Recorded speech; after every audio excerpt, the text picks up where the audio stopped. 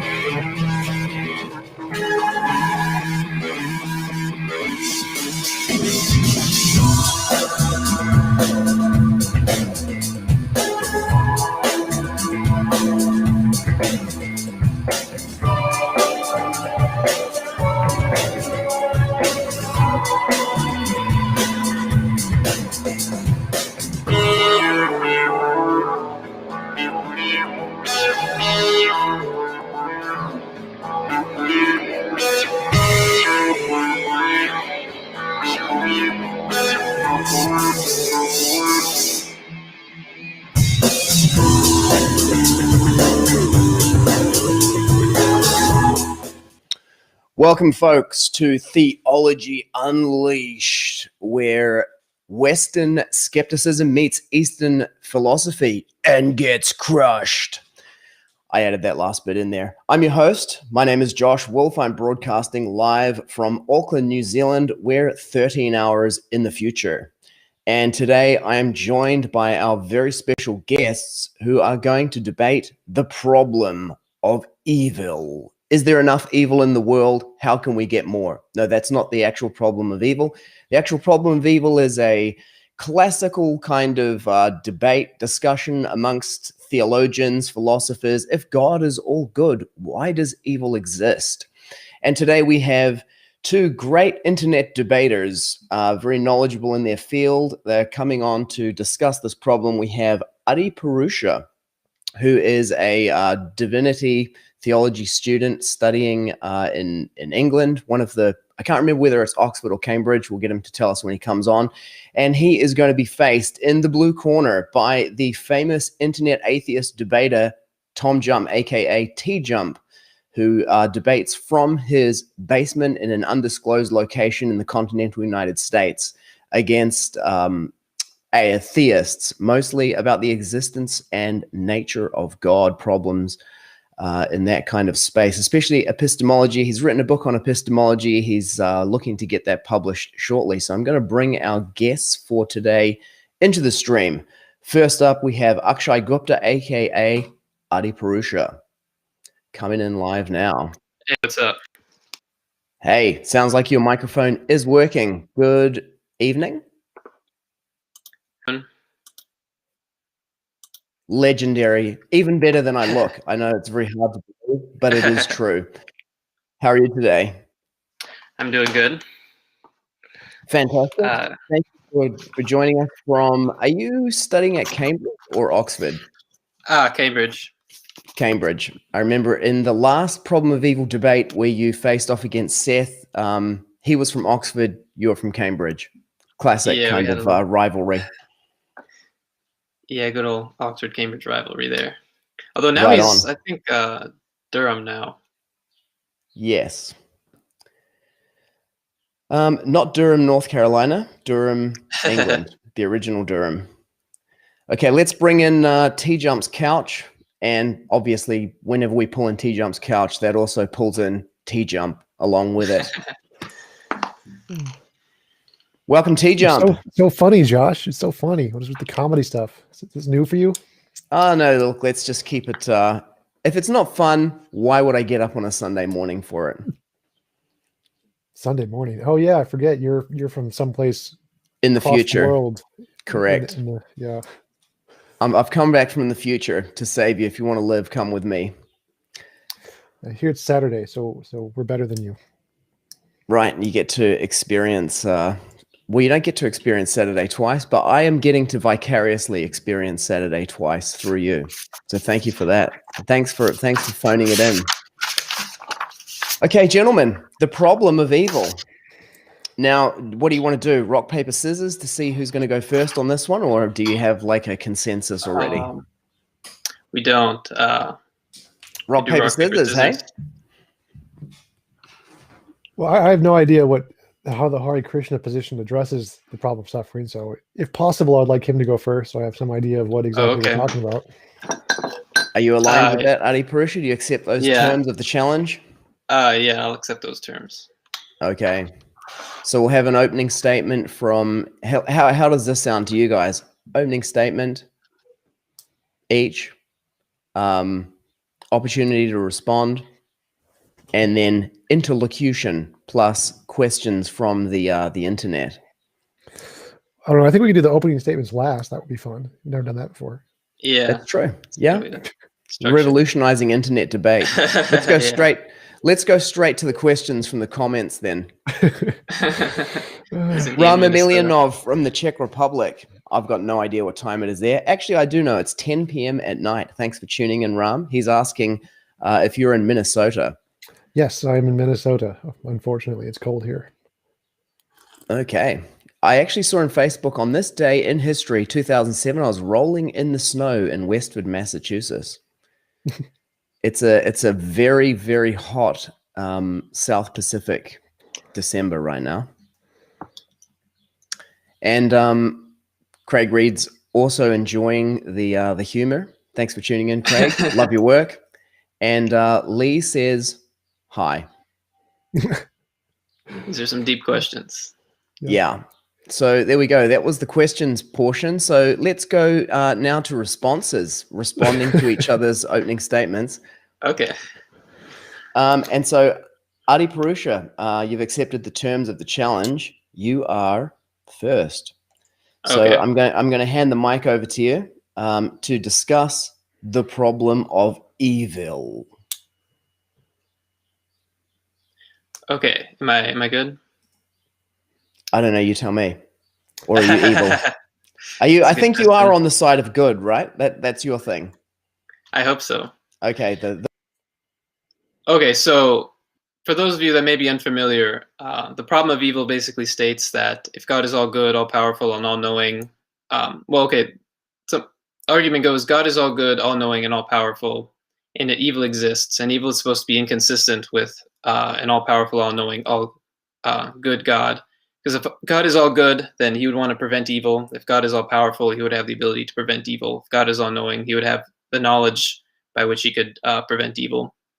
So the problem of evil is meant to challenge the internal coherence of theism. And the way that theists respond to the problem of evil is by presenting a theodicy, which is basically a defense of why God allows there to be evil in the world. And I guess I'll not go into the, Christians, Muslims, they all have their own theodicy, but here I'm going to present the Hare Krishna theodicy. So there's several parts to it. It's got several tiers of it, and maybe we can debate all of them or certain parts, certain tiers of the debate. But first, the root of evil, the reason evil, well, the root of evil is that we've chosen to live in this world, and originally we were not in this world. According to the Hare Krishna theology, originally there was a super mundane or spiritual world where we lived and where we were happily enjoying a relationship with God. But one of the consequences of, well, actually, let me backtrack. So in the spiritual world, the soul has love of God, and the highest good within Hare Krishna theology is love of God, and to have a loving relationship with God. That is the highest good. And in order to achieve this good, in order to be able to love someone, in order to love God, it has to be a freely chosen act. God can't force you to love him. He can't, he can't make us robots who automatically love God with no say in the matter. That would be, you can't have love and force at the same time. So the highest good is to love God, but in order to have this, in order to enjoy this good, the soul has to freely choose to love God. So in the Hare Krishna theology, most souls in the spiritual world do choose to have a loving relationship with God. And our spiritual teachers estimate that 90% of souls have a loving relationship with God. But a minority of souls have chosen to, they had the curiosity and wanted to see what it would be like to live without God. So they came down to this world. So that's the first part of the theodicy, and that is that the soul decides to leave the spiritual world. And one question you might ask is, well, why couldn't God just make it so that all souls choose to love him? And I can get into a more elaborate response, but the simple response is that you can't force someone, in order to have free will, you can't be forced into doing anything. Like if God forced the soul to act in a certain way, then the soul would not have free will. A soul that is coerced to act in certain ways and is yet free is like a square circle. It doesn't exist. So part of the freedom that is necessary in order for the soul to have a relationship with God is, part of the conditions of having the freedom to love God is that you also have the ability to leave God. And I guess maybe I can just give a sort of, for those of you that might be interested in a more elaborate defense of this, I can give a more elaborate defense of this. Basically, in philosophy, there's sort of what's known as modal logic. It gets into the possible worlds, and it talks about possible worlds that could have been. Like there's a possible world in which I was could be 7'10". These are basically semantic devices that talk about possibilities that could have been. So, there's a question coming. So basically, a more elaborate defense of why souls fall down in the first place is, like, the best type of world is one in which no selves misuse their free will. Actually, sorry, this is like an argument that one could construct. The best type of world is one in which no selves misuse their free will by leaving God. And God, being omnibenevolent, necessarily produces the best type of world. And then God necessarily produces a world in which no selves misuse their free will by leaving God. Thus, there are no possible worlds in which selves can misuse their free will by leaving God. And selves are not free to leave God. So this argument is incoherent. So what it demonstrates is that it's not possible for God to create a world in which souls cannot leave him. So that's the first point, that souls choose to leave God and choose to come down into this world, and it's logically impossible for God to be able to control them and control what they do and prevent them from doing otherwise. And then the second part of the theodicy is why there's evil in the first place, or why there's evil in this world. And the second response is karma. Karma, what goes around comes around. So basically, we reap the fruit. We're getting to the Hare Krishna part soon. We reap the fruits of our actions. So if we do a bad action, then we get a bad response. We do something like good, then we get a good response. And karma in Hare Krishna theology has a teleological purpose. So it's meant to correct us and reform us so that so we can ultimately be turned back to God and develop the spiritual qualities needed to be able to turn back to God. That's why there's karma. It sort of teaches us lessons and allows us to go back to God. But then within the Hare Krishna theology, there's also, so God, if you decide to turn towards God and perform what we call bhakti, or perform acts of devotion towards God, then he can burn up your karma, and then you're under God's jurisdiction at that point. And at that point, the God, who we say is Krishna, personally orchestrates instances of, let's say, we can say suffering, or sort of negative. Well, it's not really negative, but let's say God orchestrates suffering at that point. And the point of the suffering at that point is to teach the soul lesson so that it can intensify its love for God. And there's even, you can look into studies. There are studies that show that when people are in times of crises, they do intensify their devotion towards God. And this intensification of one's devotion is also a greater good, because otherwise the soul is left to their own devices and is stuck in the material world. And until they, basically by God choosing to orchestrate instances of suffering for people, then it enables them to love God sooner so that they can return to this spiritual world. So basically there's 3 tiers to it. And I've gone through them I've gone through them very briefly, but one could spend a lot more time on them. Basically, 1, the soul chooses to come here. 2, there's karmic laws that act on souls. And 3, for people that turn towards God, God orchestrates suffering in order to intensify their devotion and love so that they can come back to the spiritual world where God resides. It's sort of it. I mean, there's a lot more that could be added to that, but since we're dealing with some time constraints, I can start off with that. Okay. You can hear me now, Adi Purusha? Yeah. Okay, great. Okay, so we got your your opening statement there, and we've been having some great comments in the questions section. But we'll come back to look at those a little bit later. And can you guys see the comment stream? I can. Yeah, it's actually a little bit. I need to Yeah, just ignore it while you're speaking. Yeah. And then, while Tom's speaking, you can be listening to him. Reading the comment stream, checking the news, whatever, updating your Facebook feed. Liking people's pictures on Instagram. And we'll go now to TJump's opening statement, and then we'll come back, give you the opportunity to respond to things. So dropping out Adi Purusha and bringing in TJump and his couch. The floor is now yours.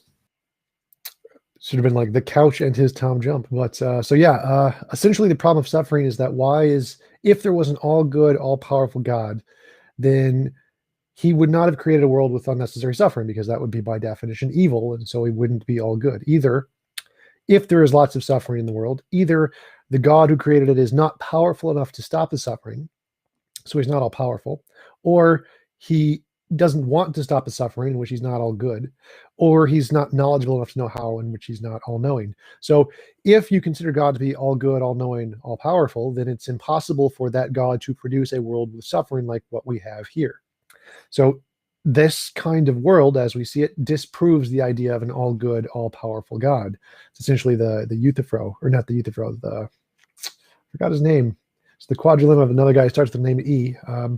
But Epicurus quadrilemma, that's the one. And so if we can show that there is a better alternative to the world that we live in now that God could have created but didn't, then that demonstrates definitively that God cannot be all good or all powerful. And so it disproves all notions of any all good, all powerful God.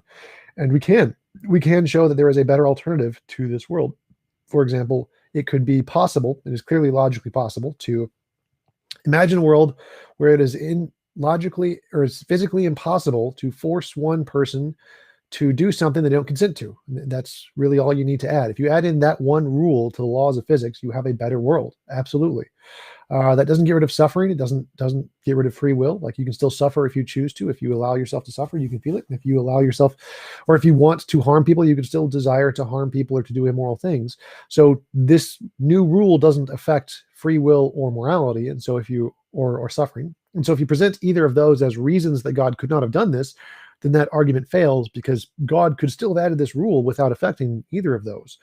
So in order to disprove this argument, my opponent will need to show that this can't occur, that God could not do this. There's some logical contradiction, but in order to do that, it's going to be problematic, because we know it is logically possible since humans can do it. Like, we can literally do it if we gain enough control over technology. We're moving towards that stage in our technological development. Once we can upload people's consciousness to computers in the future, we will be able to write this law in like any other, that it is, again, it's just a pretty simple law. It's like, it's physically impossible to force anyone to do anything they don't consent to. That's the rule. So it's pretty easy to describe what this universe would be like. It'd essentially be like, everyone starts with their own universe. You get your own universe, you set the laws however you want. You can just write a list of all the things you want to be allowed, all the things you want to be not allowed. And in your universe, that is just what occurs. And so anything that violates what you deem to be allowed is a violation of your consent. You do not allow, you will that not to occur in your universe. It can't occur in your universe. But this, you can go to other people's universes. If you voluntarily choose to agree to their laws and their rules, you can enter their universe where they have their rules and constraints set. And so they can set them to be whatever they want. You could have Hitler could exist with his own universe, which is, he could do very immoral things with, but as long as no one is forced to enter his universe without their consent, or without lying about it and saying that it's different than what it actually is, then there's no immoral action there. It's totally fine for Hitler to have his own universe as he designs it, as long as he can't force anybody into it that they don't consent to be there. So in this kind of world I'm describing, there is no such thing as an immoral action. It's perfectly fine. You can still have suffering. You can still have free will. Everybody gets their own universe. And the most important part of this is that it's not only logically possible, but it's actually possible. Like, when we grow enough in technology, we humans will be able to produce this kind of universe. And so if a God can't produce this kind of universe, that's kind of a problem, because that means that the all-powerful God can't do what we can do, which means either we're more than all-powerful or he's not all-powerful. And that kind of disproves all the possibilities of what God could be like, because since there's obviously a better world that could exist, and God did not create that world, and we don't have the option to go to that world just like snapping our fingers or whatever, then clearly whatever created this world, if there is a God, it must either be immoral or not all-powerful. And that kind of refutes any ideas of a God just by acknowledging that suffering is a thing that we don't have a choice in. And I'll conclude there.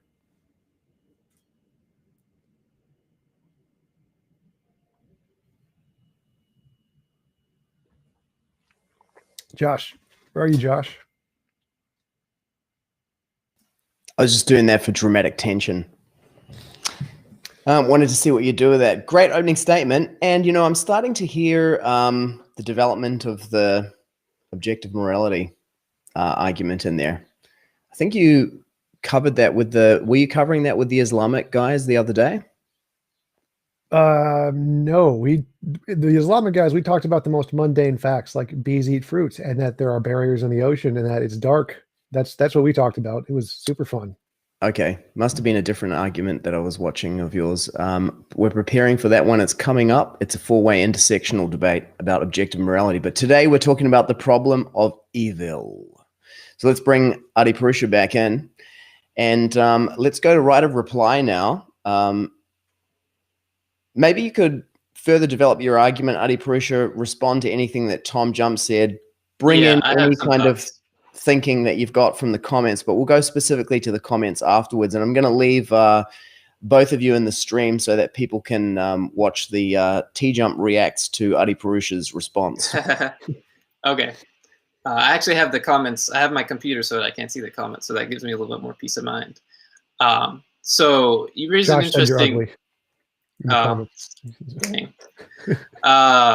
you raise an interesting doubt.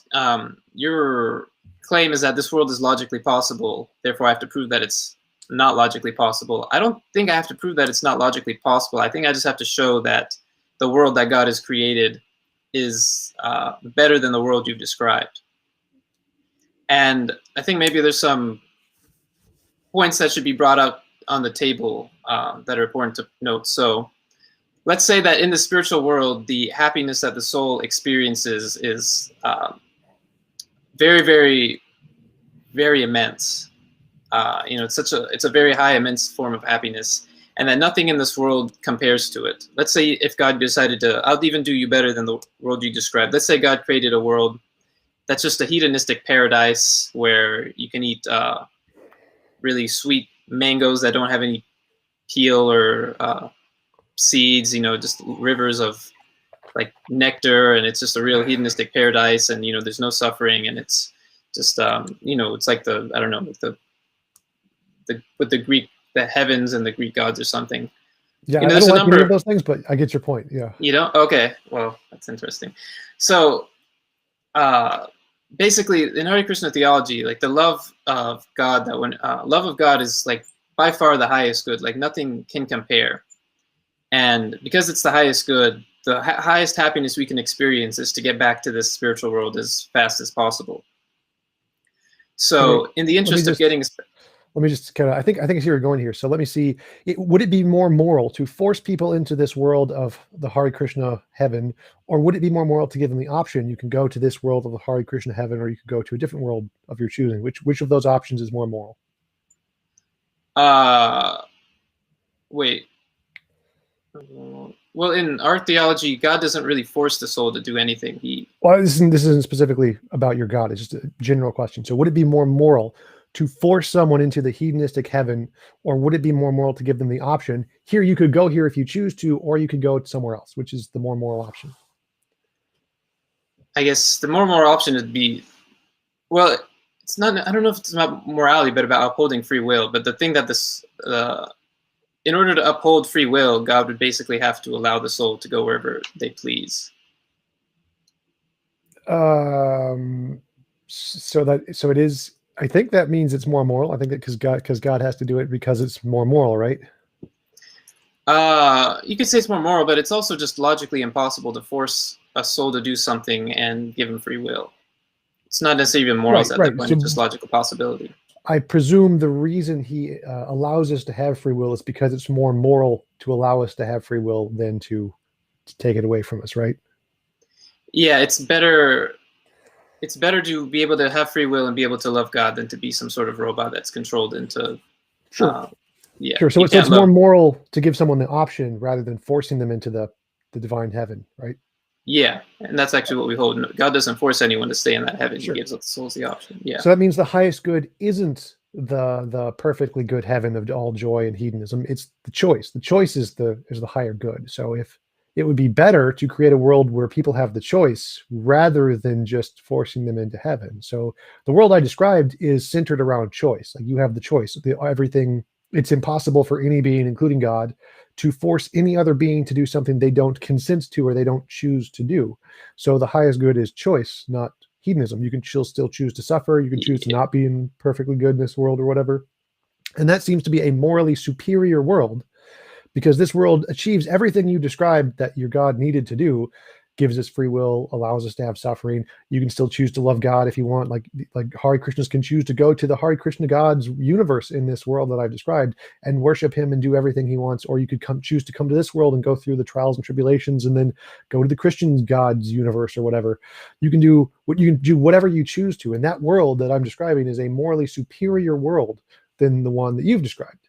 And so it seems weird that this all good, all powerful God didn't create that world that I described. Yeah, so the choice itself is not the good. The good is the actual loving relationship one has with God, but a necessary condition of that relationship is the choice. But the choice itself is not the good. So I see that as obviously wrong. So the fact that whether or not we love God doesn't matter. Like murdering babies is wrong regardless of whether you love God. The loving God makes no difference. It's not like if you have a choice, murder a baby or love God. Anyone who chooses to love God is wrong. You are morally wrong to pick the love God over the murder of the baby. If murdering the baby is clearly more morally wrong than not loving God. So clearly that isn't the moral goodness. Loving the God isn't the moral goodness. Or would you disagree? Would you say that it's more like, if you had to choose, which is more immoral, killing a baby or losing your love in God? Which of those is more immoral? Loving God. I mean, if you love God, you obviously wouldn't kill a baby. That's not the question. So the question is here is a comparison between which is the more moral thing to do. So you had to choose which one do you lose, or say you could say save a baby versus choosing to love in God, or you have the option between either killing a baby or loving God, but not both. Which one is just a comparison? You don't actually have to do them or saying you would or wouldn't, doesn't matter. It's just a comparison between the level of immorality of the actions. Is it more immoral to stop loving God, and so you would choose to not do that and choose to kill the baby because killing the baby is less immoral than not loving God? Like, which one is the more immoral action? More immoral action. I guess if you look at it in terms of the happiness that the soul gets, if the soul loses the ability to have a relationship with God, then that's like you lose infinite happiness. Whereas if you kill a child, I mean, it causes an immense amount of unhappiness, but it's not, you don't lose, I don't know, the net happiness you have, it can't be really compared, I guess. Like I guess you could take that position. I mean, I would definitely disagree. I think that it's clearly more immoral to kill a baby than whatever belief you choose. I don't think beliefs have any moral value whatsoever. You can believe whatever you want, has no significance whatsoever. So, I mean, I would just appeal to the intuition of the audience. I'd say, if you think it's more immoral to stop believing in God than to kill a baby, your moral system probably is not correct. I think that is not. Well, my moral system is that it's bad to kill a baby, and it's right. So I'm making a comparison. If you think it's more immoral to stop believing in God than it is to kill a baby, your moral system is wrong. You don't have the correct epistemic assessment of morality there. So I'd say that is not a good system of morality. If it comes to that conclusion is obviously incorrect. I mean, our theology doesn't say it's bad to, doesn't say it's good. I mean, our theology obviously holds it's wrong to kill babies, right, and the reason. I mean, I'm not saying that you say it's right to kill babies. I'm saying if you think it's more wrong to stop believing in God than it is to kill a baby, then your moral system is incorrect. You have not judged the situations correctly. Now, I grant that you think killing babies is wrong. I'm not saying that you think it's right. But if you think that stopping believing in God is somehow morally more immoral than killing a baby, your moral system is off quite a bit. Yeah, so in our theology, I guess it's not that it's I don't think someone is immoral if they don't choose to believe in God. I think everyone has that choice, and it's maybe not immoral to not believe in God. But the question is, what will lead to the soul having the most happiness? And what will lead to the soul having the most happiness is to have a relationship with God. And the amount of happiness you lose by turning away from God is greater than the amount of happiness that a child may suffer. But that doesn't mean that it's more morally wrong to turn away from God than to kill a child.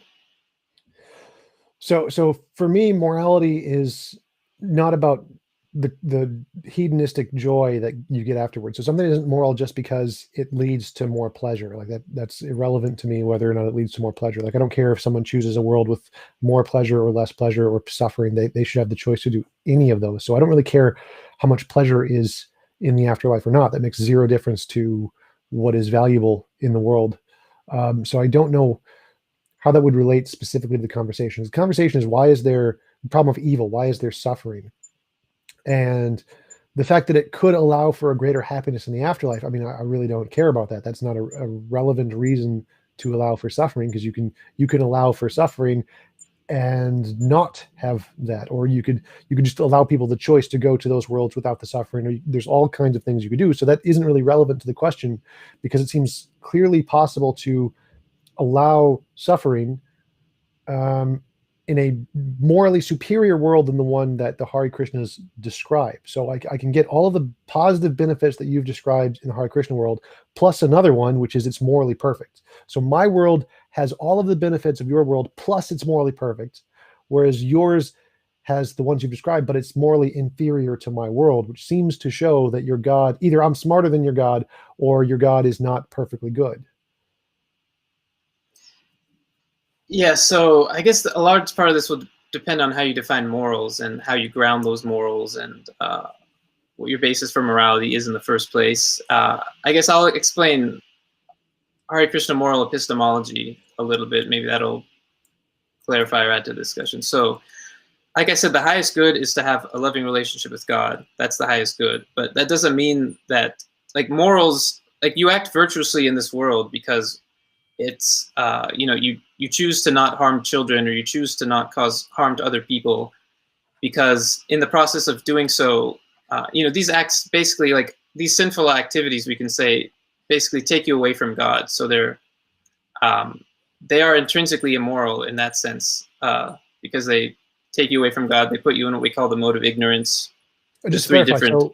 So when you say the highest good, I think that's like synonymous with what I mean by morality or objective morality. So are you making a distinction between the highest good and morality in this context? I guess I'm defining what the highest good in our theology is. And well, I mean, just the definition of highest good for me would be objective morality. So I don't see those as different things. Okay, yeah. So I guess I'm describing what our,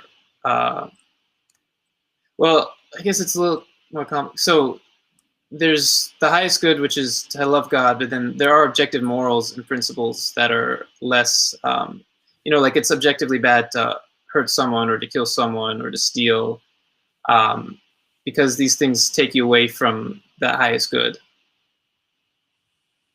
And they also cause harm to others, and that's, causing harm to others is also objectively bad, we can say. All right. So if I present you two options, I say, you say the highest good is loving God, and I would say, so if it's a higher good to love God than it is to protect a baby, then you would choose between the two. You would sacrifice or kill the baby to protect the loving God, whereas I would sacrifice the loving God in a second to save the baby, because the baby's life is a higher good than the loving God. It's not that you do one or the other. Like, those two goals are aligned. Whether or not you want to do them isn't the point of the question. The point of the question is which one has a higher moral value. So it's not like if it's necessarily the case that they're opposed. It's just a thought experiment. So in the thought experiment can't be done because those things can't be shown. You can't separate the two. Sure you can. You can just say, if you have a belief, like you say you suffered a head injury or something, and you have this false belief that you have to either kill the baby or you're going to lose your belief in God. And it's just a false belief or whatever, because you have a brain injury or a brain tumor or whatever. In your worldview, that person would be rational to kill the baby, because based on your assessment of values, the loving God is more important than the life of the baby. No, because in order to love God, you have to follow certain moral principles, and killing babies goes against those moral principles. So there's no world in which it would be moral to love God, but immoral to, there's no world in which it's moral to kill the baby and moral to love God. Every world you can imagine, it's immoral to kill the baby. So I can grant that, but again, this is a thought experiment. Imagine someone has a brain tumor. Yeah, but it's not a logically possible thought experiment. It's not. There's not going to be any case where you have to choose between loving God or choosing to kill a baby. So I'm not. I want to just jump in here for a second and throw something into the mix. This exact thought experiment that you're describing here is actually in the Bible, in the Old Testament, where is it Abraham was called to kill his son Isaac, I think. There's two of these cases in the Bible. One of them was Abraham, where he was called to kill his son, and there was another one where there's a king, J-Tebeth something, some silly name, where he prayed to God and said, "Let me win this battle, and I will sacrifice the first thing that comes through my door when I get home." And it was his daughter. And in that case, he did actually sacrifice her. He burned her alive. So it's happened twice in the Bible. Okay. Well, let's go with the first one. You don't find that in any of our scriptures, though. But let's just create this. Yeah, it's not Hare Krishna. It's not Hare Krishna. Let's create this thought experiment as it's in the Bible and see how it gets treated by each of your approaches. I don't know if you're familiar with this pastime, Adi Purusha, but in the Bible, there's a description where God says to Abraham that, "I want you to sacrifice your son to me." Mm-hmm.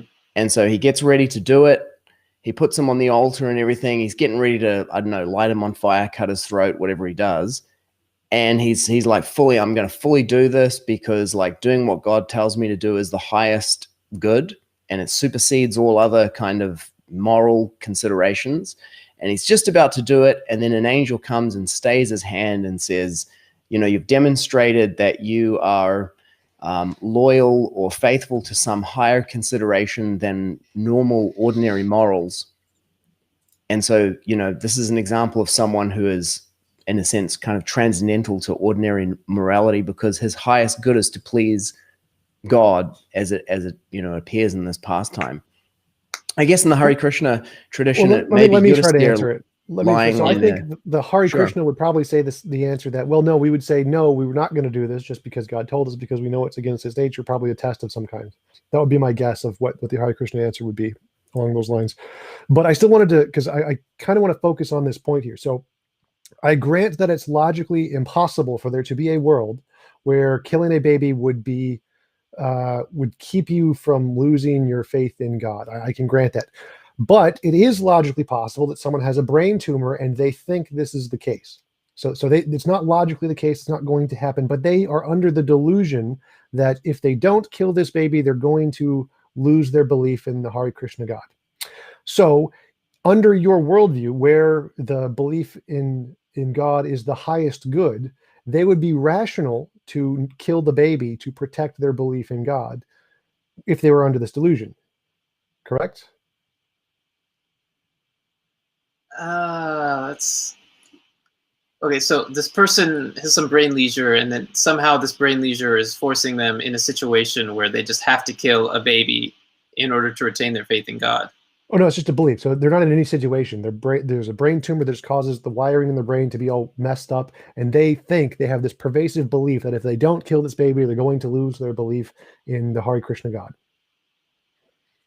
I mean, in that case, it would be better for them not to kill the baby, because, I mean, by killing the baby, you would basically put yourself in ignorance and then cover your ability to understand God. I mean, I don't see why. I can't imagine a world in which these circumstances actually like obtain. I can't. Like, if you kill the baby, it's going to put you in ignorance, and it's going to obscure your ability to understand God. So this isn't actually about killing the baby here. So it's saying that if a person had a delusion where they thought they had to kill a baby, so they're paraplegic. You can say they're paraplegic. They can never do anything one way or the other. But they have this delusion in their brain that if they don't kill this baby, they're going to lose their belief in the God. It's rational for them to have the desire to kill the baby because they think the belief in God is morally more important under your worldview. Your worldview prescribes that you should desire to kill the baby if you have this delusion, because the valuing the lovingness of God is more important than the baby's life in your worldview. Right? In our worldview, you have to come to a certain moral standard to love God. So it's like, with these thought experiments keep trying to separate the two, but in our theology, you just can't separate the two. You can't be immoral and love God. So if you do an immoral action, like logically, you can't come to love God. Well, it can't be immoral. They have a brain tumor, so they're not responsible. So it still wouldn't apply, because it seems like you're just trying to evade the question. Like, it's perfectly logically reasonable question that is clearly possible and has actually happened on Earth many, many times. So we know of medical cases where this does happen, and people do have brain lesions and brain tumors where they think God has told them to do something, and that if they don't do it, they're going to go to hell or whatever. This has happened. We have actual examples where this literal thing has occurred. So if they take your worldview seriously, then it seems like they're rational to want to kill the baby, because in your worldview, it objectively states the highest value is the loving the God, not the baby's life. And in my worldview, I think that's obviously wrong. I think the baby's life is a hell of a lot more important than loving God or any belief. I don't think any belief ever in any human existence is more important than a human life under any circumstances. I would also say that it's more important in this sort of far-fetched case to save the baby's life. So loving God, because we also have reincarnation. I mean,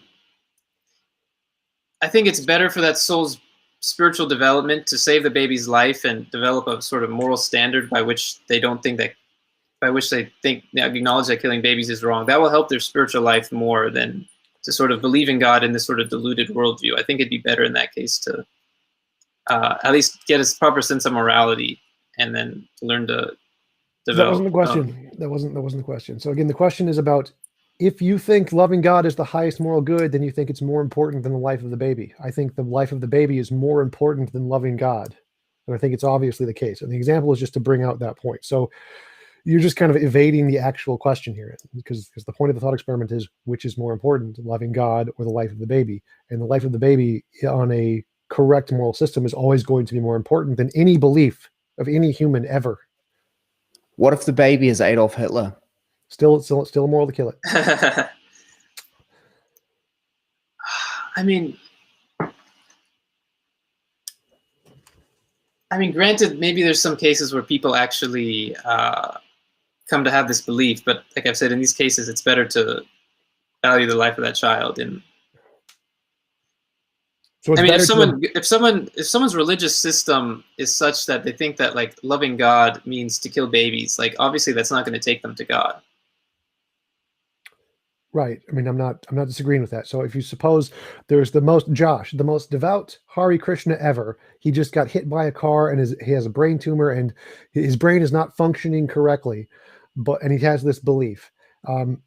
Because he is correct in your worldview, he is logically correct that valuing God is the highest thing. And so the baby's life is not as high as valuing God. And so even though he's under this delusion about killing the baby, his belief that killing the baby is not as good as, or the baby's life is not as good as loving God would still be true in your worldview. That belief would be true, even if the other one about killing the baby is somehow relevant to his belief or his spiritual life is false.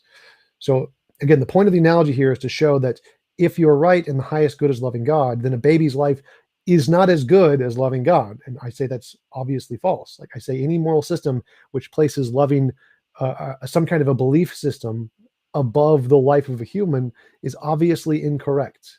And so that if you recognize that, if people share my intuitions in the audience, then they would obviously reject your ideology as being an incorrect moral system, and that would lend evidence that my model of morality is probably more accurate, and my model of the best of all possible worlds is a better world that could exist that the God didn't create.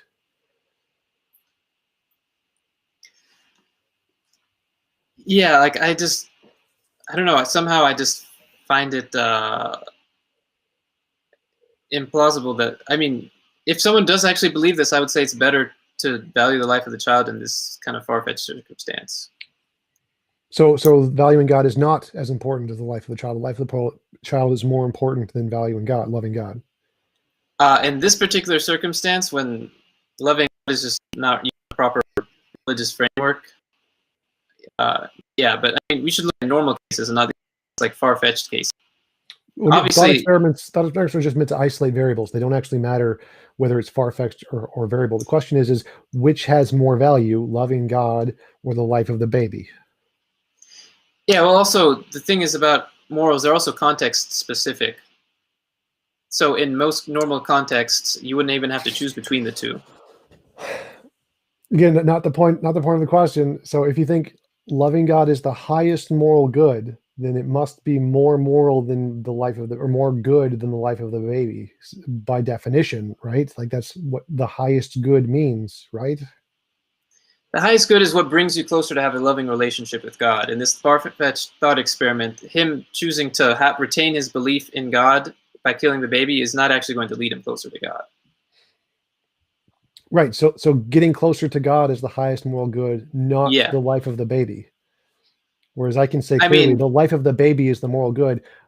Doesn't make a difference how close you are to God. That makes no difference at all. The life of the baby is always going to be better than any distance to the God, close or far away, makes no difference. The life of the baby is always going to be better. And it seems like my moral system can answer that clearly and get the answer pretty intuitively correct, whereas yours cannot. Well, in our case, in 99% of cases, it's not like those two are opposed. And in the 1% of cases, I've told you that it's better to value the life of the baby in that case. So my moral system, what do you mean? Like 99% of cases, people don't think that it's better to, that you have to choose between loving God or loving babies. Like in normal cases, if you want to love God, you will have to develop certain moral Again, that's character a by false which. dichotomy. That's not the point of the analogy. So that's not what I've been asking at all. It's a misrepresentation, a straw man. So the question is which is more good, valuing the life of the baby or valuing or a close relationship with a God? And it seems like the more good in your model is the relationship with a God, which I think is obviously wrong. In my model, those two can't be. It's not like you can separate the two. Like So it's not like you who's have to more choose moral? A between. Hari It's Krishna, not. who's more moral? A Hari Krishna who values a relationship with God, or an atheist who takes care of a baby? Why would the Hare Krishna not take care of babies? There's no babies around. So it's he's just in the forest. He just doesn't have any money or whatever. There's no babies near him. So he just doesn't have, he would if he could, because he believes in a relationship with God. But there's an actual atheist who's just an asshole who doesn't care about anybody, but he's taking care of the baby just out of obligation. But he's still a complete asshole, doesn't care about God, treats people like shit, but he's taking care of the baby. Which is more morally good? So the Hare Krishna, he's like not an asshole. He likes other people. He likes to help other people. But the only vice he has is just that like Josh. the only vice he has is he just doesn't have a baby to take care of. Yeah, he's just too far away. He's in the forest or whatever. He's meditating. So the highest good is to take care of baby. Do you have any babies, Tom? Dude, I would have killed the baby in the first round. In the first round. Like, if this is your moral system, why don't you have like 20 kids right now? Like, you gotta get going. Working on it. Just need like 20 wives. You have to convert to Mormonism or something. Yeah, you're so sinful not having 20 babies to take care of right now. I just want to point out that in Hare Krishna, there's a version where you can have more than one wife. Just throwing that in there for you. So, but you see the point here. The taking care of the baby, even if it's by an asshole who has completely delusional or assholic beliefs, thinks God is a dick. He just hates Hare Krishna. He knows it. He thinks Hare Krishna is an asshole or whatever, and just curses his name every day, but takes care of the baby. Versus a Hare Krishna who really loves the Hare Krishna God, but just isn't around any babies or whatever. It seems to me obviously the more moral thing there is the asshole who's taking care of the baby, because what matters most is the life of the person, not the belief system. The belief system makes no difference at all. I mean, I don't care if the guy taking care of the baby was just Hitler, but a paraplegic, so he couldn't actually do anything. He would still be morally superior because he was taking care of the baby, regardless of his belief system. I'm going to break up this clinch here. TJump's definitely winning this ground game on points at the moment. I'm going to throw you in the deep end, Adi Purusha. So in the Bhagavad Gita, Arjuna actually makes this exact argument to Krishna and says, we should not prosecute this battle because if we do, children will die. He says, that we're going to go out onto the battlefield, we're going to kill all these people, then their children will be unprotected, and then, the babies will die, Krishna. So therefore, I'm not going to fight. And then Krishna tells him, do it anyway. Which in TJump's universe is this exact moral problem. Arjuna is making this exact argument, save the babies, and then Krishna says, no, don't save the babies. Now, how are you going to deal with that? So you sound the reincarnation of that guy from the Hare Krishna book.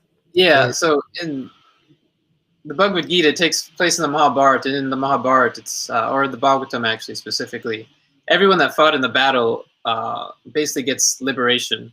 So by Arjuna killing these warriors, they're actually they're seeing Krishna when they die, and they're going to Krishna when they die, and they're basically furthering their spiritual development. So Arjuna fighting in this case is actually beneficial for them because they're going to get a better destination after their death.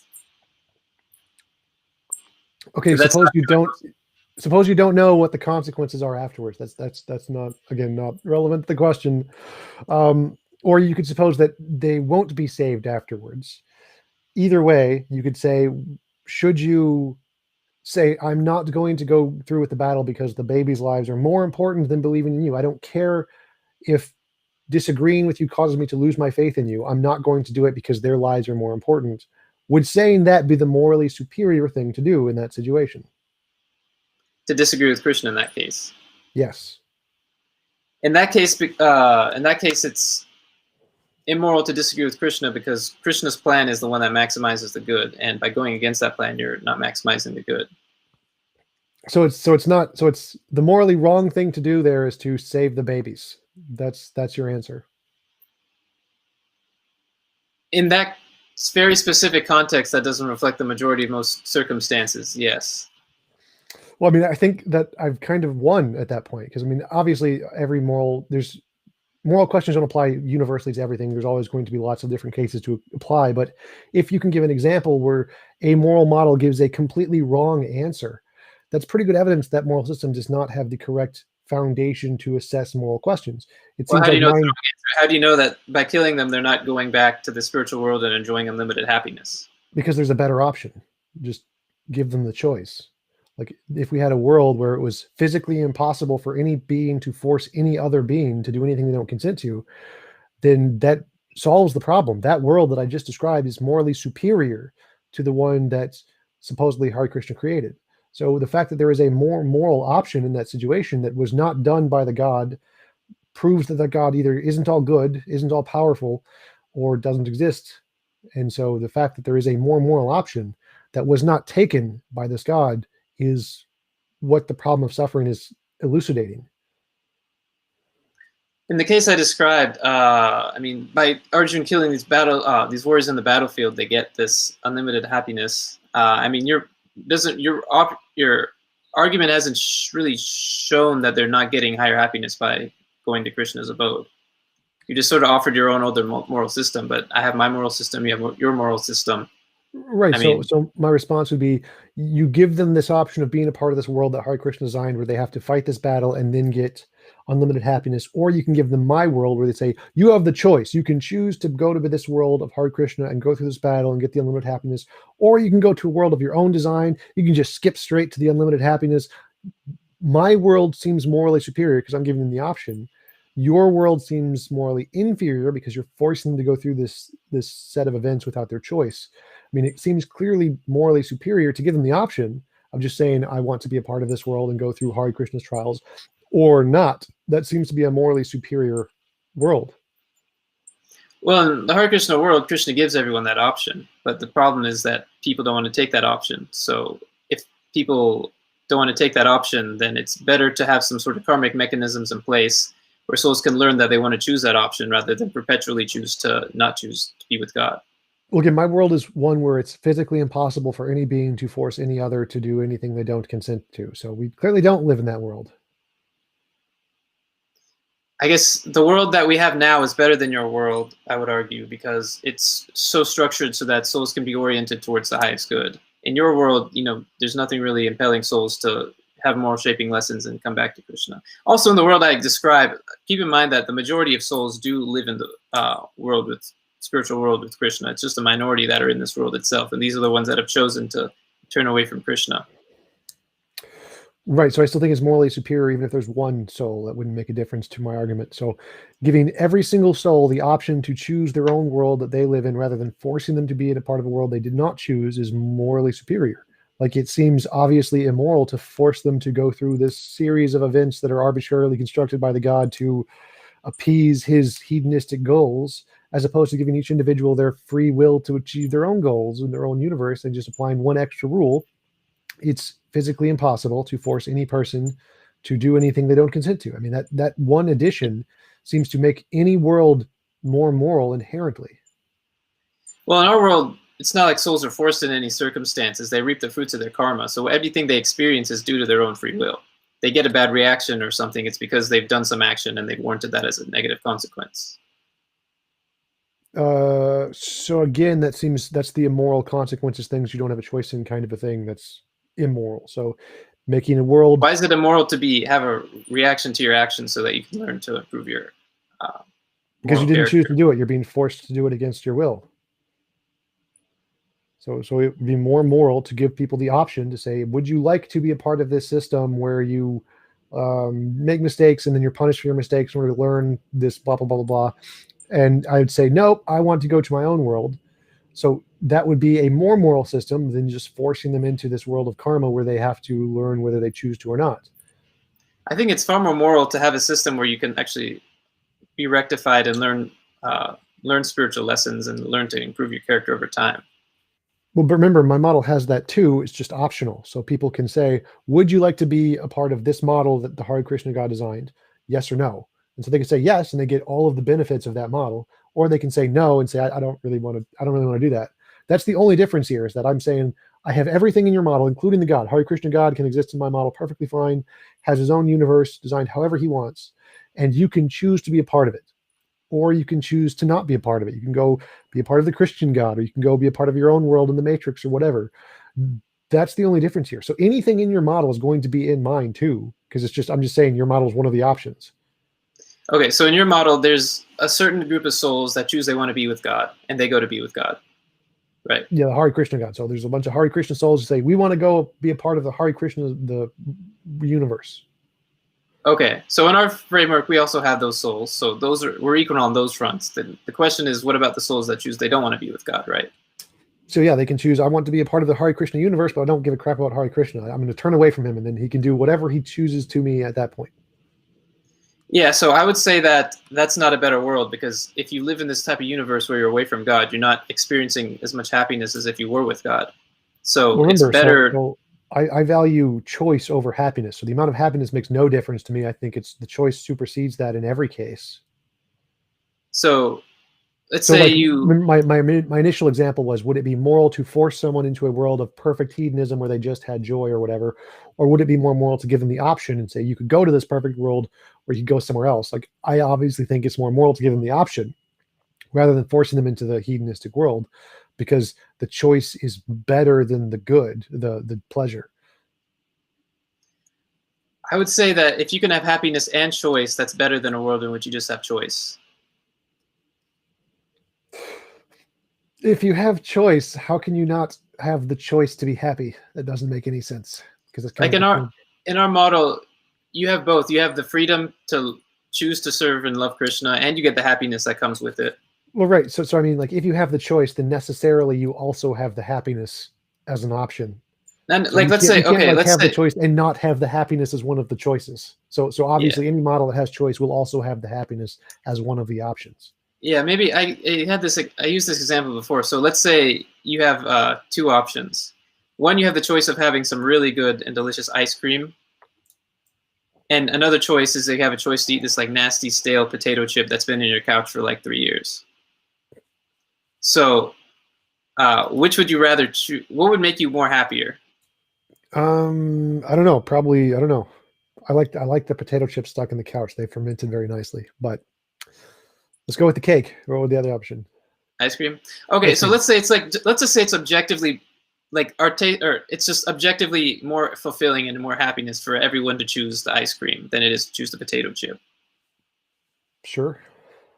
So if it necessarily brings more happiness to enjoy that ice cream rather than the potato chip, you would think that it would be better to choose to eat the ice cream than it would be to choose to eat the potato chip.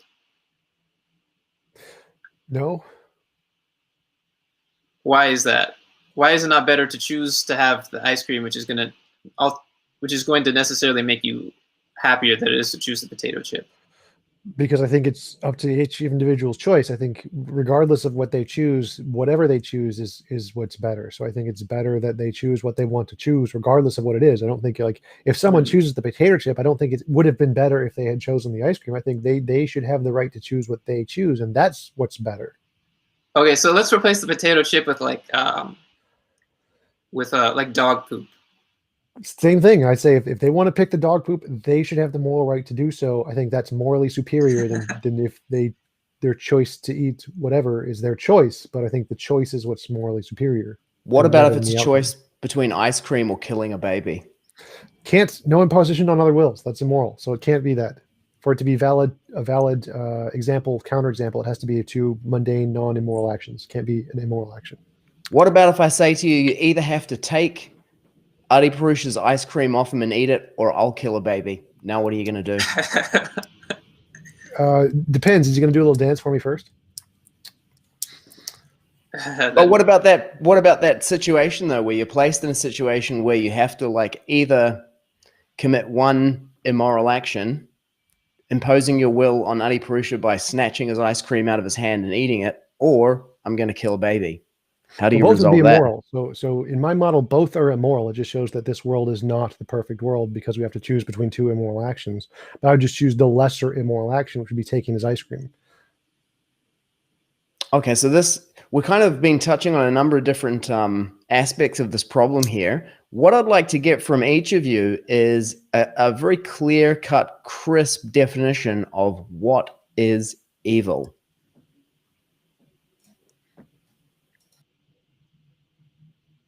Oh yeah. Oh, okay. I can start. So You can I'd start, say yeah.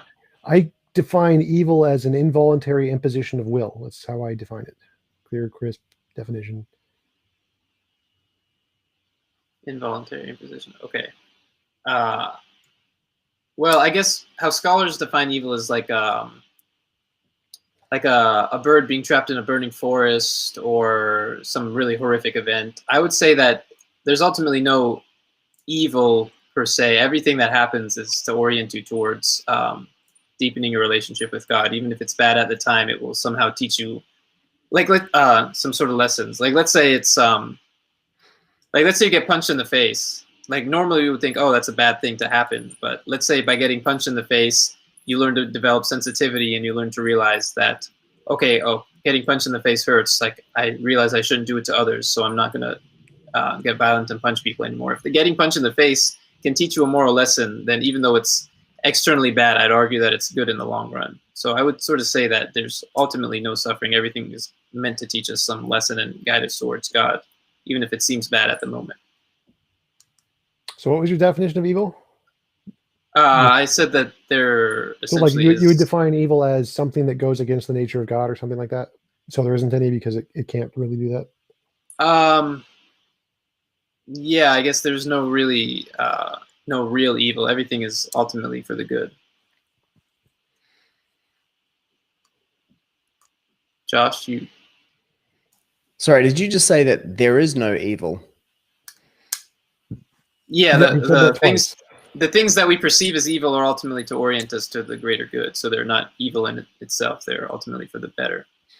So Hitler not evil, not a problem, right? That's the moral because he's leading us toward God, so not evil. Well, people can be evil, I guess. So okay, So there is evil. so Hitler choosing to kill all those people is obviously evil. But in the grand scheme of things, the things that transpired, we would say were ultimately for the greater good. I like this. We've gone from like killing babies to like Adolf Hitler, Godwin's law. But now, Adi Purusha, you're like, yay, that's good. You didn't want to kill the baby, but you're like, Hitler, yep, not evil. Well, Hitler's evil. I would have killed the baby first and then kind of escalated from there, but you've just gone like right in at the deep end. I love it. Let's see you defend this. Okay, so Hitler's obviously bad for doing those things to those people. But why is it well, so how would you define evil? That was Josh's original question. So there is evil. If it's evil, yeah. How? Okay, so I guess maybe I want to draw a distinction between evil and suffering also. So suffering, I guess, is what I was getting at with evil initially. The things, suffering is ultimately for the better. Even if it's painful at the time, it leads us to the greater good for some reason or other. Evil is like a quality of a person. So someone is morally evil if they wish to inflict harm upon others, or to steal, or to rape, or to do any sort of number of sinful activities. Okay, so what's a worse universe? One where there's a bunch of paraplegics who have desires to harm other people, or a bunch of universes where there's only one person who wants to harm other people, and he actually does, though. Which one's more immoral?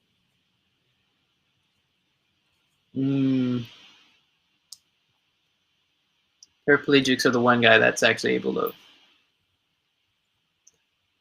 I guess there's obviously more pain and suffering caused by the second person. Yeah, so like the universe with one guy who desires evil versus like a million who desire evil. So it seems like the consequences are what makes something immoral, not the desires. Both are wrong. It's not But you an would either agree or. that the actions are what's more immoral than the desires, because the fact that he actually hurts somebody is that's a worse universe, a more immoral universe than the one where they just desire it, right?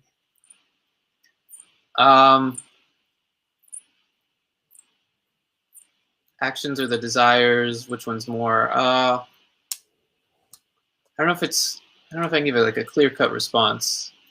Well, my response is yes, the actions will always be more immoral than the desires. So just to contrast our two epistemologies. Yeah, I mean, I guess the desire to do evil itself, or the desire to do harm, is itself an evil. I mean, depends how much harm this one person does. Depends on the extent to which these paraplegics are evil. I guess it's. Well, I mean, so like just imagine they have the worst possible desires of whatever you want to label that as, and there's one universe where a guy just doesn't like his family or whatever and just kills one of his nephews or something, and that's it, and there's no other evil. Everyone else is just perfect and doesn't desire anything wrong, essentially. So those are just the two contrasted universe. One where one person kills another person, and another universe where everyone desires the worst possible desires but just can't do anything about it. Yeah, so I guess let's say it's not even compare a world for view paraplegic. Let's say there's one paraplegic who's like the most evil person imaginable. Like if he had the option, he would just like nuke the whole world and kill everyone in the most violent and painful way possible. And let's say there's another person who's not a paraplegic and he's not totally evil, but he's like fairly evil. Like he hates someone and he murdered him, and but he's not evil enough to want to just like painfully torture every human in existence. But I would say that the paraplegic is more evil in his moral character than the other person, although the person who kills the person does more evil actions.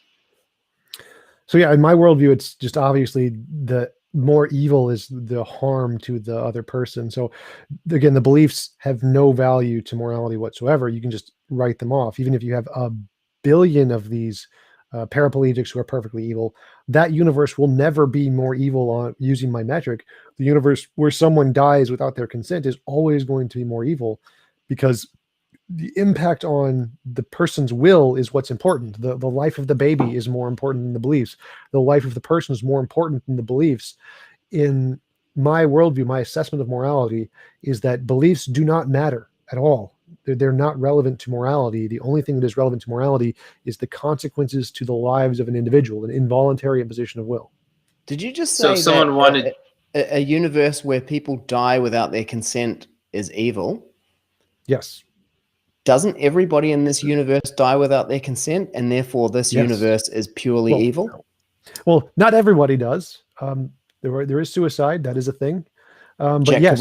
So suicide is a greater moral good than dying a natural death. Yeah, for sure. Like it's less immoral.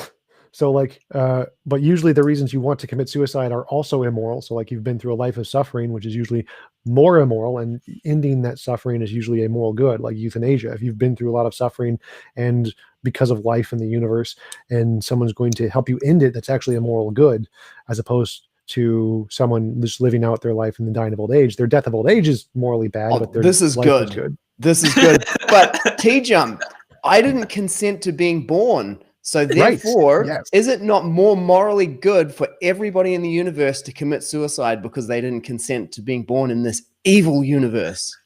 No, that would not follow. So the argument is that like in this world, it's immoral for all the things that happen to you without your consent, like aging, death, rocks falling on you, broken limbs. If you didn't consent to that, that makes, yes, this whole world is evil and terrible.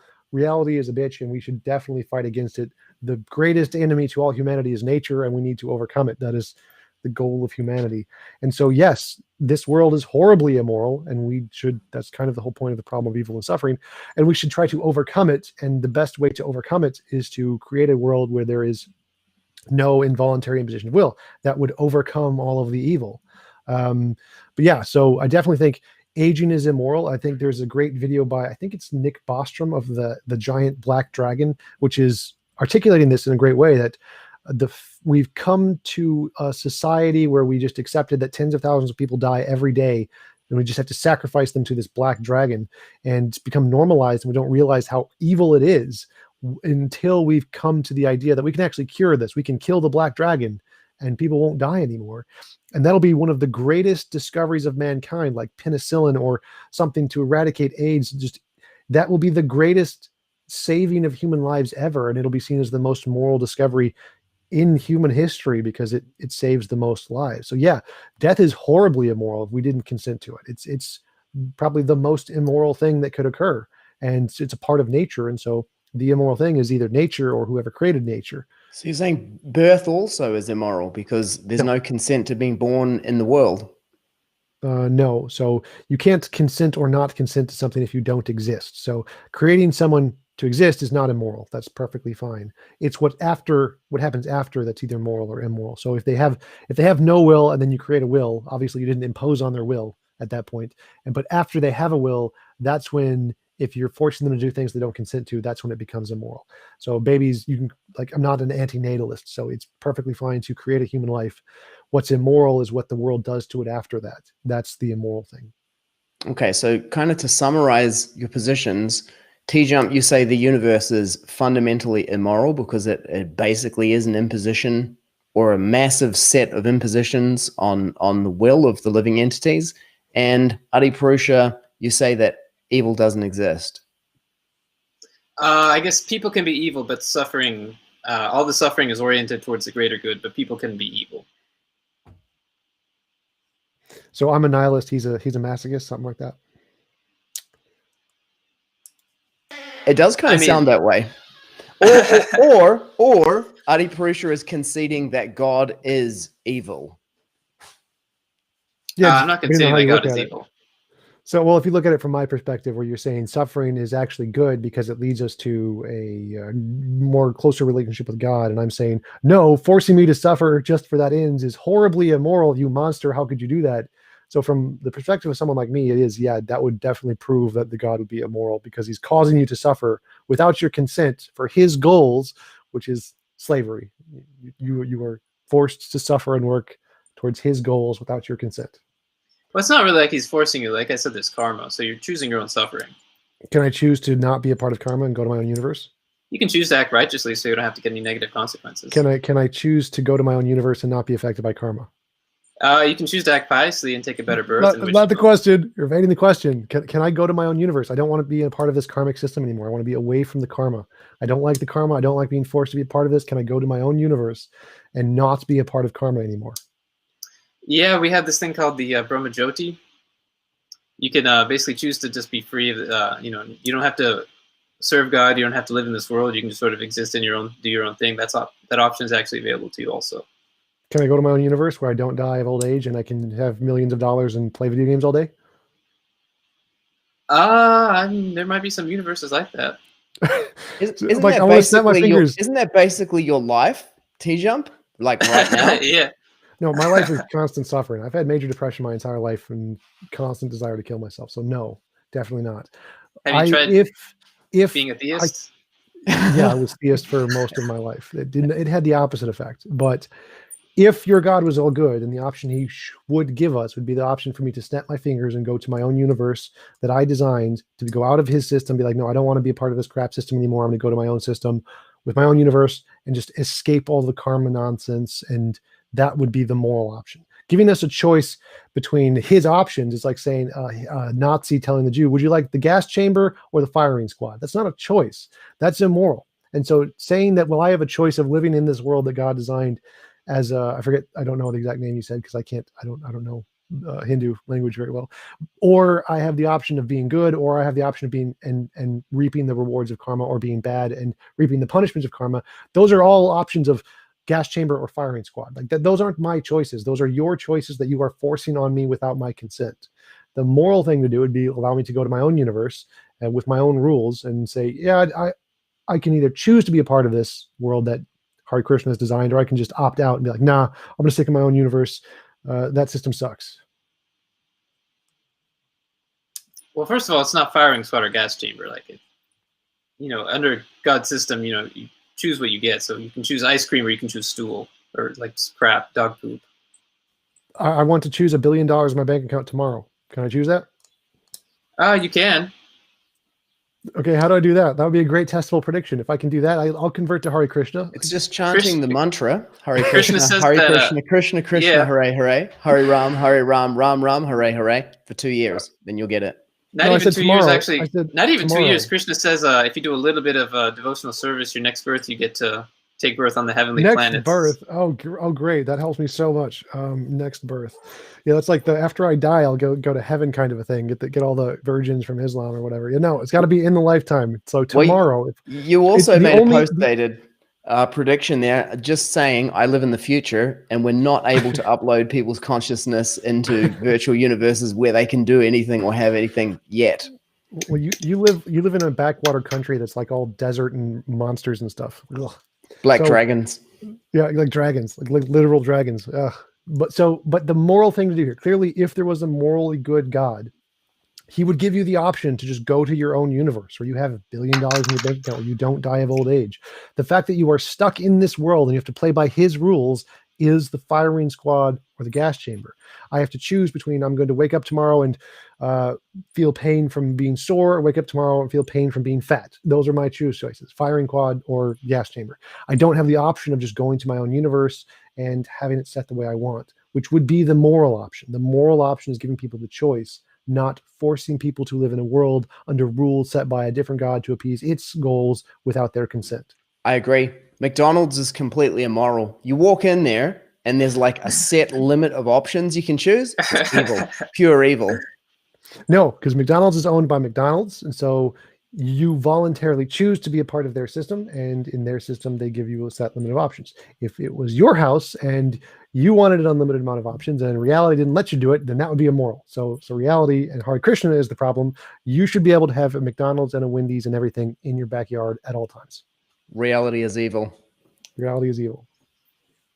Yeah, so you do have that option. You can go to the Brahma Jyoti, but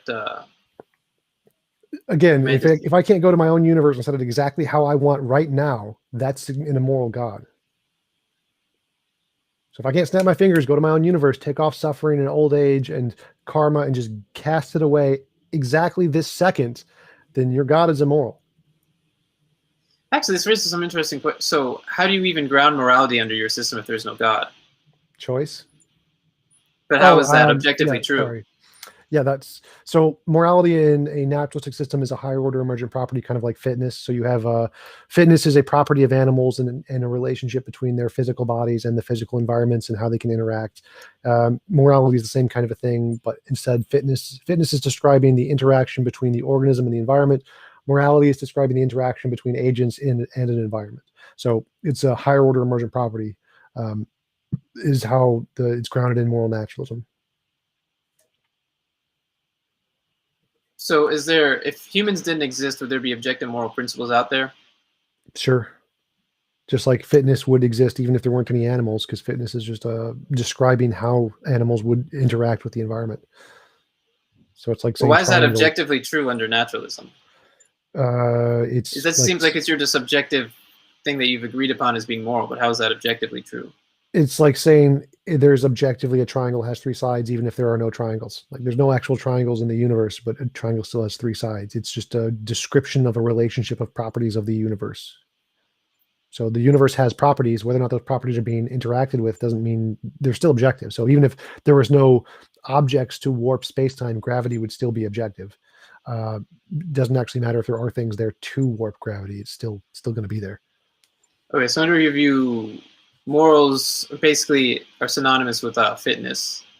No. Fitness is an analogy. Fitness is a kind of higher order emergent property. Morality is a different kind of higher order emergent property. Health is a different kind of higher order emergent property. There's tons of different higher order emergent properties that are not related in any way. A higher order emergent property is just a class of a thing that is kind of like an abstract object. So it's easier to think of it as a law of nature like gravity. Morality is like a law of nature like gravity. Okay, so it's like a law of nature like gravity that's out there, and I guess it's not for us to make, but for us to discover.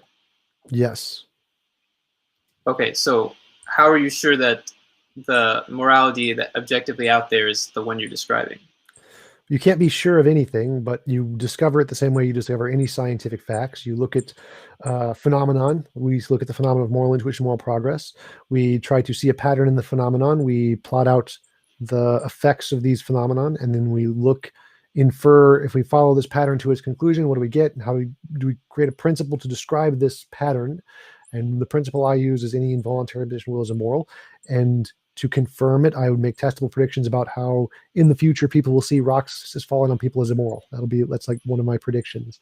And if my predictions are correct, then that's good evidence that my understanding of morality is more correct than anybody else's. So it's the same as science. You see a phenomenon, create principles to describe the pattern, make predictions, confirm the predictions, but you're never certain. It's only probabilistic. But TJump, the universe is fundamentally immoral. Yes, it is. So what meaning is there to any morality within the universe? It's like saying, a choice between, ice cream or fruit salad for dinner in the death camp. Right. So if the universe was like perfectly moral, this wouldn't happen, but it's obviously not perfectly moral. So like if the universe was perfectly like instantiation of gravity, then everything would be collapsed together and it would just be a perfect ball of singularity. So this force of gravity that we see, or morality that we see in the universe, isn't ultimate. It doesn't force everything to abide by it, just like gravity doesn't force everything to be collapsed into a ball. It's just a thing that is there that affects the universe, but it doesn't determine everything in the universe. So there's obviously things that are immoral because it goes against this law, essentially.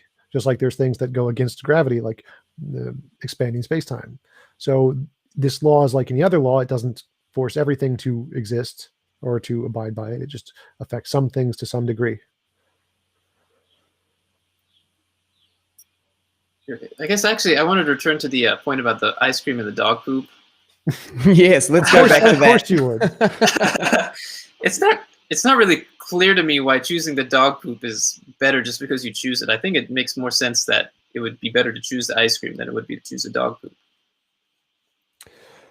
I think that's obviously wrong. Like to say that if someone chose, it's obviously wrong to choose ice cream over dog poop.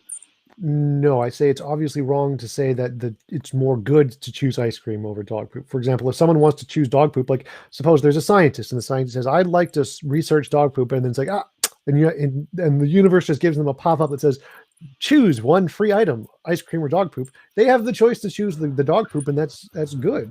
Like they should be able to choose that, and that would be more. But them choosing the dog poop is going to objectively make them less happy than if they chose the ice cream. Well, again, it wouldn't matter if it made them happy or not. No, it does. That's fundamentally evil, that they have no choice, that they can't say, I want the universe to be such that I enjoy eating dog poop. You can't choose that. You just have this preference that's enforced on you by this evil God who forces you to like ice cream. It's evil.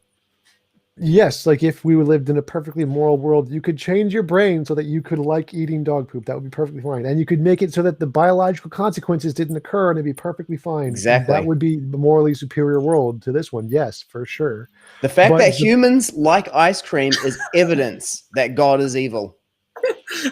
The fact that humans can't choose not to like ice cream would be evidence that God is evil. But I'm convinced. Again, Exactly. So clearly you've become an atheist. Congratulations, Josh. Oh no, I've become convinced that God is evil. I'm into it. Okay, I like listening to Slayer, Death. This is like, I'm loving this. I'm into it. So the option to choose is more morally good than the choice itself. So the fact that someone would choose dog poo is a better option if that's what they chose. It isn't better that someone chose ice cream just because it's ice cream. The choice is inherently more moral than what the choice is. So let's say there's something that objectively gives you 10 million units of happiness and something that gives you like 1 unit of happiness, or like negative 1 million units of happiness. In every case, even though there's one thing that objectively gives you more happiness, it's better to choose the thing that... the fact that happiness exists is evil. No, right. So the happiness is irrelevant. Like your choice supersedes that. If you choose the suffering, that is better. And if you choose the happiness, that's better. The better is whatever you choose. Your choice is the better option, regardless of whether it's the more happiness or the less happiness. Okay, so let's say you're walking down the street and then you happen to see an ice cream cone and you happen to see some dog poop, and you were like, huh, which one's better? I don't know. And I was to tell you, whoa, whoa, whoa. If you eat the ice cream, you're going to be way, way happier. And if you eat the dog poop, you're going to be way, way less happy. So Can we have an evil paraplegic holding the ice cream? Let's bring the evil paraplegics back.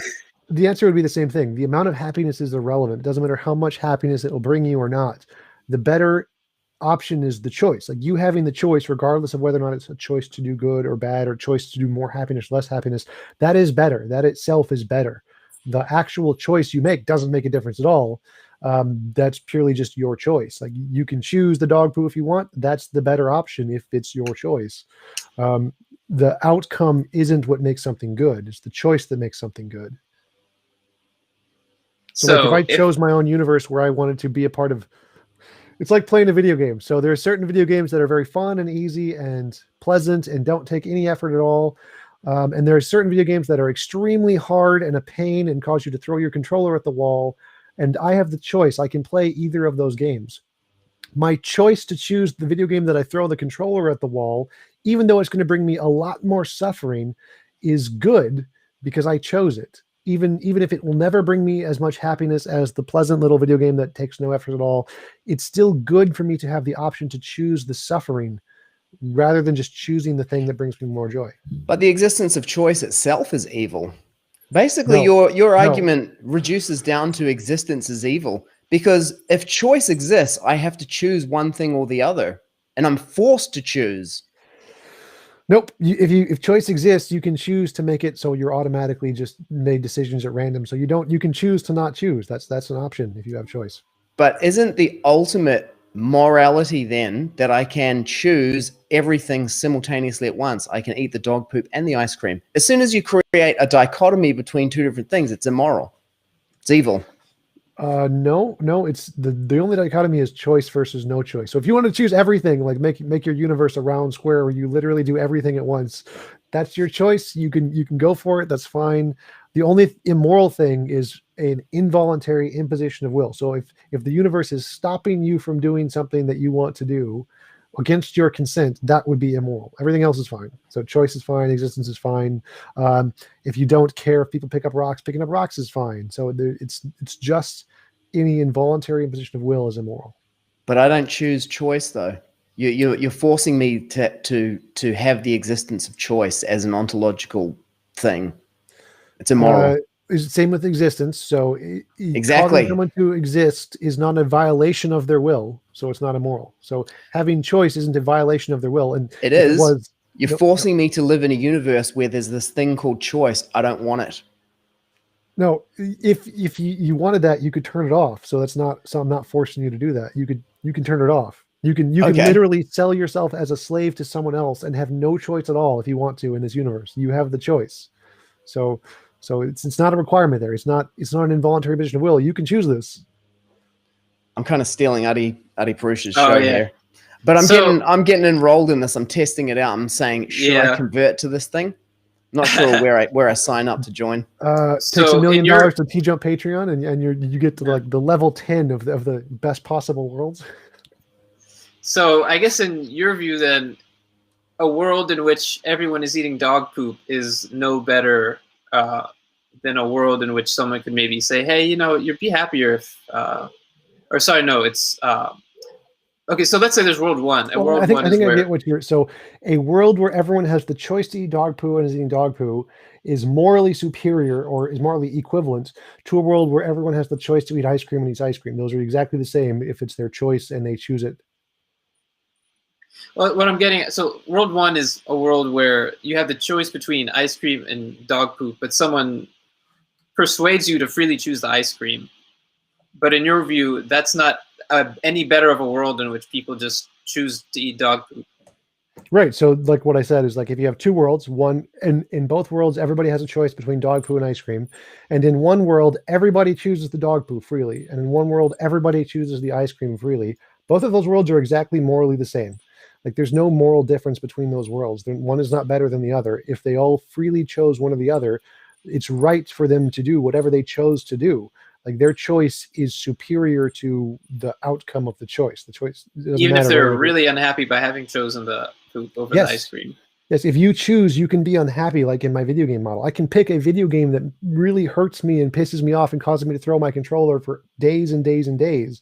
That is my choice. That is morally superior than whether or not I chose an easy video game that makes me happy all the time. Again, the choice is what's more important than the outcome. So there's some agent that convinces you to choose the ice cream over the dog poop, and that agent is basically has no moral. He's not moral at all. He isn't really right. moral. So it would only be moral if I wanted help and they helped me. So a moral thing would be if an agent, if like I was, I want to be convinced not to eat the dog food, and then someone convinces me, that would be moral, but only if I prior wanted that to occur. So a moral action is a voluntary assistance of will. But just convincing someone one thing or the other makes no moral difference whatsoever. Like convincing someone to believe the earth is round or convincing someone to believe the earth is flat makes no difference. It's pragmatic. Like if someone here on earth is, I want to invest stocks or whatever, and you convince them to go to a good stock rather than a bad stock, is only good because there's consequences in the world, independence that they want, that they don't have control over. So you're helping them mitigate this third party kind of a system. But if they know full well what the consequences are, like eating poo, and they know what poo tastes like essentially, and they still choose it, they're perfectly fine. That universe is exactly as good as a universe full of people who picked ice cream. There's no difference there. The consequences don't make a difference. The choice is what matters. The earth is flat, by the way. It's a different debate though. It's actually a cube, but anyway. We have hit 11:30 and we've got a lot of chat happening here. Are you guys okay to go to responding to some of these messages from people? Sure, sounds good to me. Okay, check it out. Boom. This happened like a long time ago. It's been going off. Over 100 messages in here. Wow. And there are some real good ones. Let's pull some of these in. Okay, this one here I think is this one's for you, TJump. 42. Okay, there you go. 42. So can you guys actually let's read that? Do you guys know how to read Hindu? Yeah, that's Bhagavad Gita verse 247. Oh, I was off by 5. God damn. I know, right? What does that actually mean, Adi Purusha? You have the right to perform your actions, but you're not entitled to the results. Immoral. Evil. There are some real good ones in here. Let me find one for you. There's a flying spaghetti pink unicorn.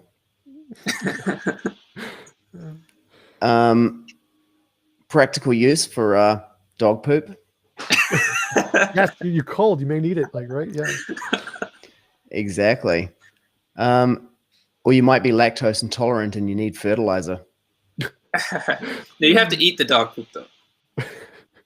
Well, what goes in must come out, right? I think that's what he's implying. So lactose intolerant, and he needs it for some food source, and the only other options are lactose food sources. So I think he was implying that you eat it there. That's the lactose intolerant part. Now, there was a real good point in here. It was from Arpit Sarkar. Here we go. What about this one? If an involuntary imposition of will is what's evil, then stopping a child from cheating in an exam is evil. Yep. That's totally nothing wrong with cheating at all. Cheating is purely a pragmatic thing. So, for example, a better example would be like stopping a child from running into the street. Like doing that would also be immoral in my model. The reason it would be immoral is that there is a better option. Like there is a better option to stopping a child from cheating, which is letting him die. Yes, letting them die because they don't cheat. But so the fact. So wait. Let's. So if a child's going to run into the street and die, it's more immoral to stop them than to save their life. No, it would be both are immoral. So stopping them is immoral, and letting them run in the street and get hit by the car is immoral. Obviously, them dying is more immoral, so you would stop them from going into the street, which would be the less immoral action. But it's obviously not the moral action, because the moral action would involve no involuntary imposition on them whatsoever, which would be like making them turn into a ghost. And so ethereal, essentially. And so when they ran into the street, the car just passed through them, nothing happened. So that would be a more moral option than stopping them physically from running into the street. And so there's obviously a more moral option in this situation. Same with the cheating. Like, I don't think cheating is immoral at all. It's purely pragmatic. But a more moral option would be just to give them the answers to the test, or give everyone the answers to the test, or give them the degrees so they don't have to go through the test in the first place. Those would all be more moral options. TJump for president 2024. Absolutely. I like how you went from like not killing babies to like they want to run in the street, let them die. No, you don't let them die. That's the most immoral option in there. You make them turn into a ghost. You only have two. Like, let's do a thought experiment. You only have two options. Either you save the child by stopping them, or you let them run to the street and they die. Yeah, you stop them, but that's the less immoral action. But under your view, it's moral to prevent anyone from doing what they want. But what they want to do is cross the street. So isn't that immoral? Yeah. Come on, man. Why are you harshing their mellow? Remember, it is immoral to stop them, but it's less immoral than if they get hit by the car, because they also don't want to get hit by the car. But that's got nothing to do with you, though. That's on them. Why are you imposing your will on them? You don't want them to die, so now you're going to go and commit evil. That's evil. So the options are you impose your will on them, or nature imposes on their will. So nature's imposition on their will is going to be the car hits them and they die. So that's a very big imposition on their will. Or you stop them, which is a very small imposition on their will. Both are immoral. So you have to choose one of the immoral actions. But one of them is you being immoral. The other one is the universe being immoral, which we've already established it is. It's evil. But now you're going to go and double down on that and become evil yourself? Well, you're not doubling down on that. You're mitigating the evil of nature. So, for example, the trolley problem. Trolley problem says there's a trolley burying down the tracks. There's 5 people it's going to hit. And you can flip the switch and hit and make it go down the other track, in which case it's going to hit one person. Then I want to be able to kill all of them. Of course you do, Josh. It's evil to make me choose. Yes, you should choose both. Okay. So what if there's someone that wants to kill the child? And you have to choose between it. You have a dilemma. Like, either you stop the guy from killing the child, and then that's immoral because you're stopping him from doing what he wants, or you stop the child from. Wait, hold on. No, it's good. It's good. Someone put this in here. Here it is. I found it. This is the thought experiment that you're creating right now. Hitler says, "I want to kill all the Jews." Yeah. Hey, you're stopping what I want to do. That's evil. Yep. So involuntary imposition of will only applies to yourself and your universe. So you can't will to do something to someone else's will. That is not that is by definition an involuntary imposition of their will, but it would not be an involuntary imposition of your will to not be able to do that, because it's their will. So it has to be involuntary imposition of your will specifically, which only refers to yourself and your universe. So it's not moral to help someone to harm someone else unless that someone else consents to it. So you would not help Hitler to kill the Jews or help someone to kill the baby.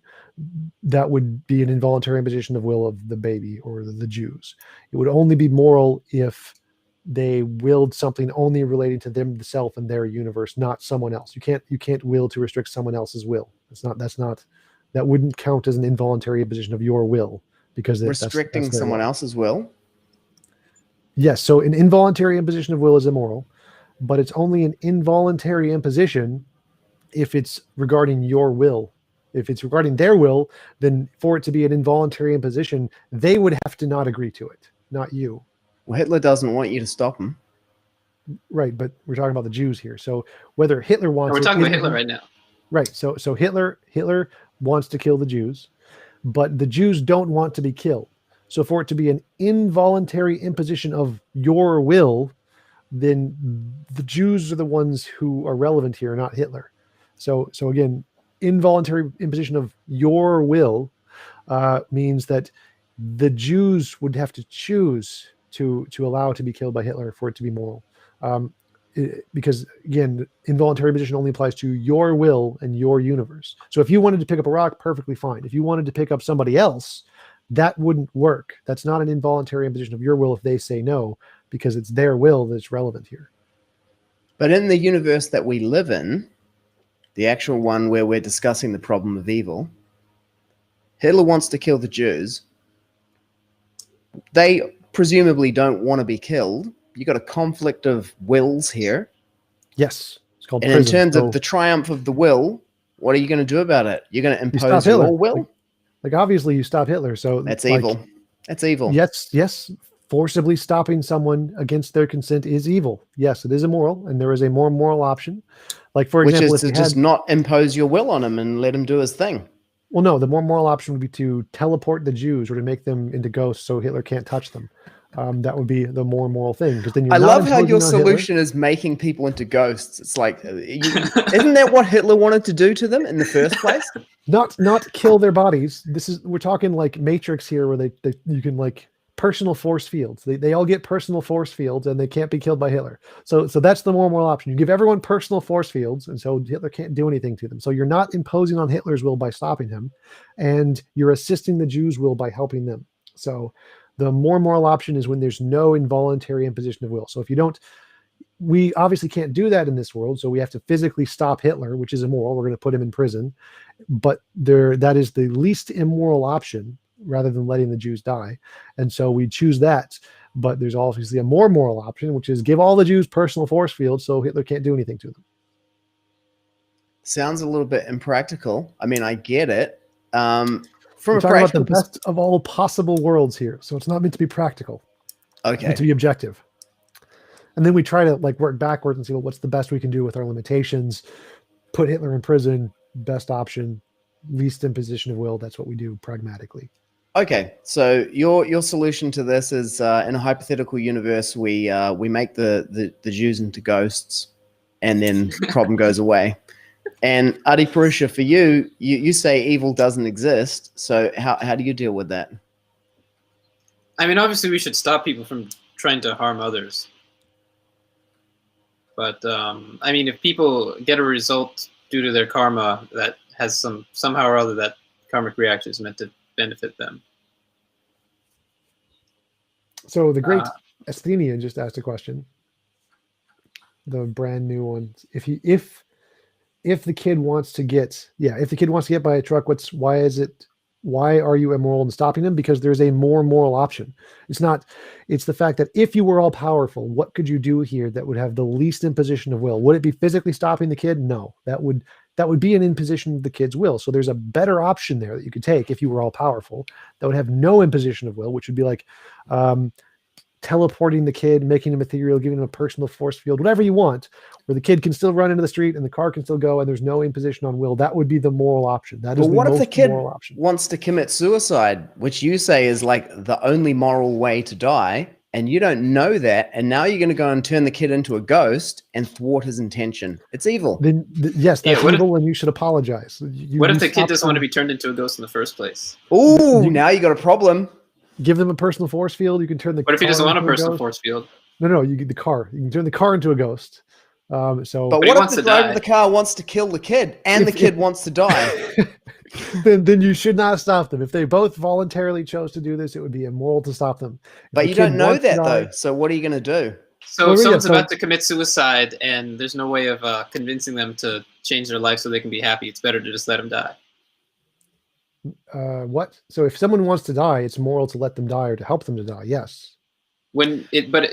So that's more moral than trying to help them out and console them and make them try to live a happy life. It's more moral to just let them die. So you could give them the option and say, I can try to help you in life, or I can help you to die. And if they choose to die, it's more moral to help them to die. Even if their mind is irrational because of depression, it's better to just let them die. This only is relevant to rational mind. So if their mind is being impaired by a tumor or whatever, depression, then it's not a free choice. It's not a choice. It's depression. So it has to be the choice. It has to be their actual choice, not a result of a brain tumor. Well, what about if the car is being driven by an evil paraplegic, but it's actually controlled by an AI and it's trying to avoid hitting a group of people, Jews maybe? And it's also a ghost. Was there a question somewhere in there? I don't get the question. I'm gonna echo what Battle Jew said about this. He's like, what? Turning people into ghosts? Are you even listening to the words that are coming out of your mouth? I'm loving this. Someone wants to know. Well, first of all, they think that TJump is phoning this in from the year 3000. That's right. You see, I'm in the future and Josh is in the past. Exactly. Someone just realized that you can swipe up on the screen to make it full screen and swipe down to go back. Their mind has been blown. You're welcome. That's what we do. We blow people's minds. I think this guy here has basically summarized TJump's argument in a single tweet. If anyone wants to retweet out the summary, would you agree with that, TJump? Pretty much, yeah. Like the only caveat would be is that, again, you can't force anybody else to be in your world without their consent. So mostly when people think of a god, they think of someone who has ownership over other people, and that would not be possible in my world unless you consented to it. So that would be the only difference that would make you not like a god. You couldn't force other beings. What to if do you're anything. irrational and wanting to choose to live in your own world? Like you said, that free choice can only concern rational agents. But what if you are irrational and you decide that you want to be your own god in your own world? That doesn't make any sense. Like free choice, it doesn't need to be rational. Like I can choose to eat ice cream not because I'm rational, just because I like. But ice you just cream. said that if someone's about to kill themselves and they're thinking that because it's irrational, then they're not making a free choice at that point. If it's determined by something biologically, not them, it's not their choice. It's like a result of something outside of them, like a brain tumor. Then they don't have a rational mind in that sense. So it's mostly about consent, not literally rational, as in conforming to the laws of logic, kind of a thing. So if you don't have, if you're being determined by some other biological thing outside of yourself, then you don't have a rational mind, and that is itself immoral. So like if you have a brain tumor, like the Texas sharpshooter did, that itself is immoral, and we should prevent that from happening. We should prevent nature from impairing people's brains in that way. That would be the solution, is to get rid of the brain tumor and then see what they actually want. What if you're choosing to be God in your own world because your brain is impaired by some sort Again, of... you have to get rid of the brain tumor first and then let them choose.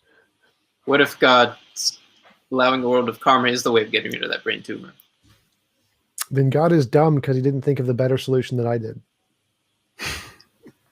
What if your It's solution difficult is to dumb and argue you with just don't that. know it? That's a good argument. We'll have to leave that up to the intuition of the audience. Is my solution dumb, that we could create a world where everyone gets their own world and can, like, it's literally impossible for any one person to force any other to do anything you don't consent to? Is that stupid? Is that a dumb solution? You also Doesn't forgot seem to like mention it. where it's no difference between eating ice cream and eating poop.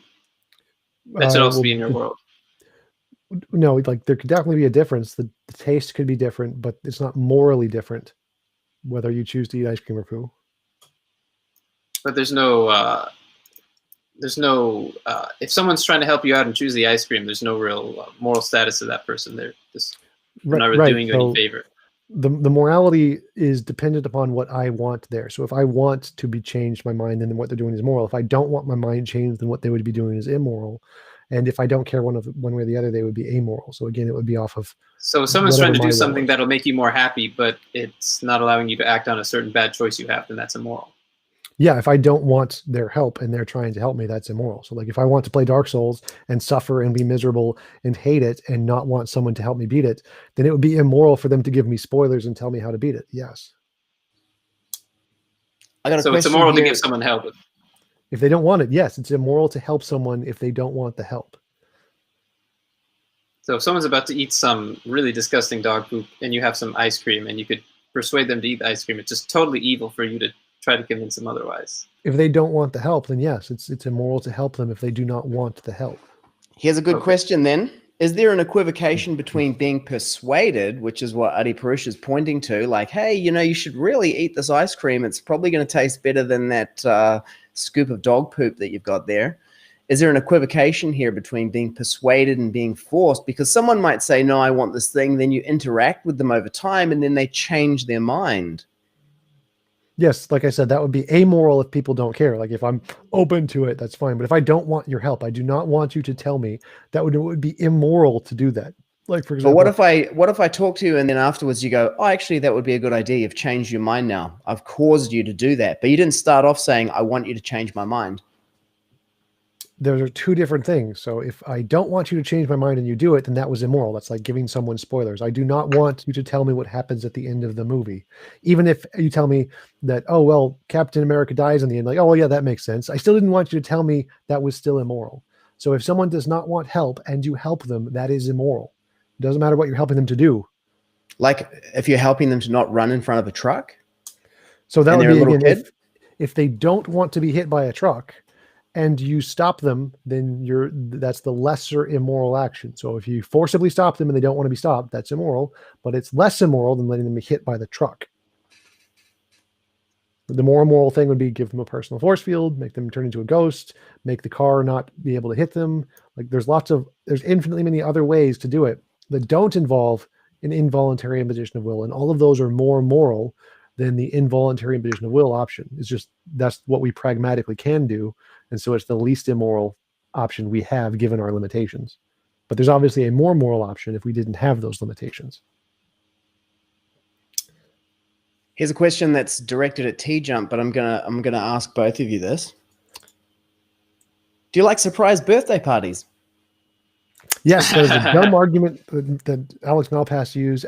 Surprise birthday parties would not be immoral if you didn't make them immoral. So example, if you could create your own universe and create a full list of all the things you can and cannot happen in your universe, if you don't put surprise birthday parties on the can't happen in my universe list, then they're not immoral. It would only be immoral if you said, don't ever give me a surprise birthday party, I hate them, or whatever. Then it would be immoral to give that person a surprise birthday party, but it wouldn't just be inherently moral.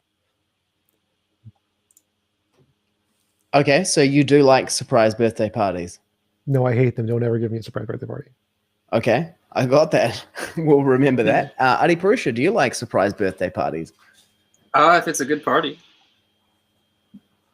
Okay, so it depends on the quality of the party.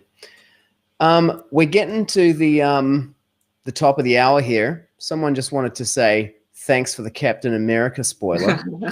That's okay. I enjoy imposing on other people's wills. It makes me happy, so I'm okay with this. So you enjoy being evil? Yes, I do. I'm like Josh. We agree on this. Okay. Yeah, we're getting to the top of the hour. So how about we go to the summary? And yeah, I'd really like to hear each of you summarize the essential argument of the other, just so we can be clear that we may not agree, but at least we understand each other. I guess I can go first. So basically, if you like eating dog poop, then keep at it and keep eating that dog poop, and it's bad for someone to tell you otherwise. Okay. I'll be the morally superior one here, and I will say that his argument is that having a relationship with God is the highest moral good, and in his model, that is what you should pursue, and the reason for suffering and evil and why it exists, and that is his model, which I don't think is correct. I think it is more moral. I think the life of a baby is more moral than any belief that you have.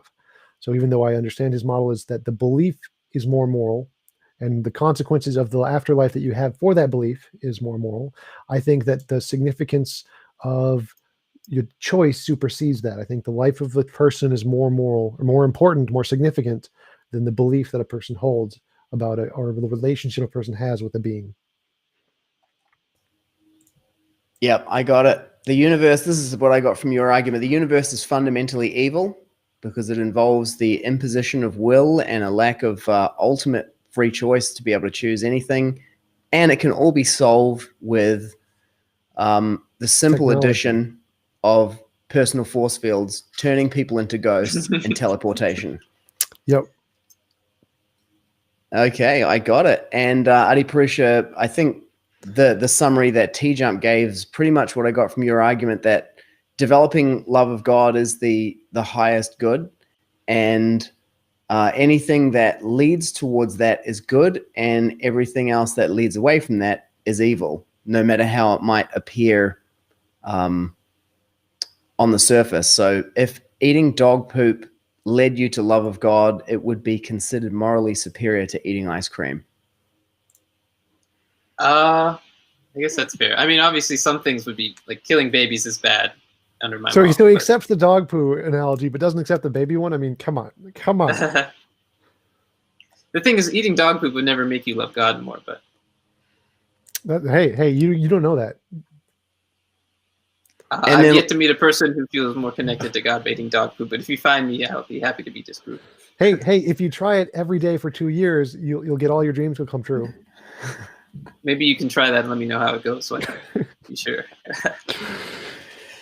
And let's give the final word to Ram Emelianov, who's actually coming on for this debate next year about objective morality. He reckons that the Earth is actually an irregularly shaped ellipsoid. So he disagrees with your conclusion that it's a cube, Adi Purusha. Mine that it's flat. And TJump, I haven't heard you say it explicitly, but I kind of got the idea that you were a globe earther. Oblate spheroid. Oblate spheroid. Okay. There's another debate right there, the shape of the Earth. Thanks to everyone for tuning in today. Like, the chat has just been going exactly, it's just been going nuts. It's still going. You know, let's give the final word to Adam.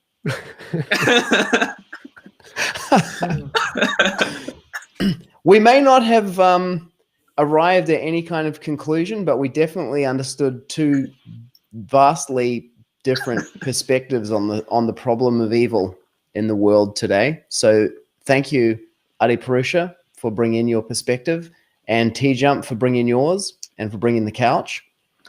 And thank you once again to all of our viewers. Please tune in again in the future for further episodes of Theology Unleashed, where Western skepticism meets Eastern theology and gets crushed. Have a wonderful day.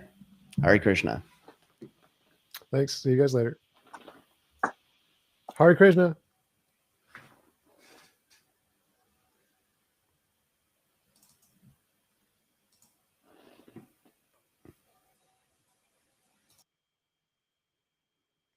We're still live, Josh.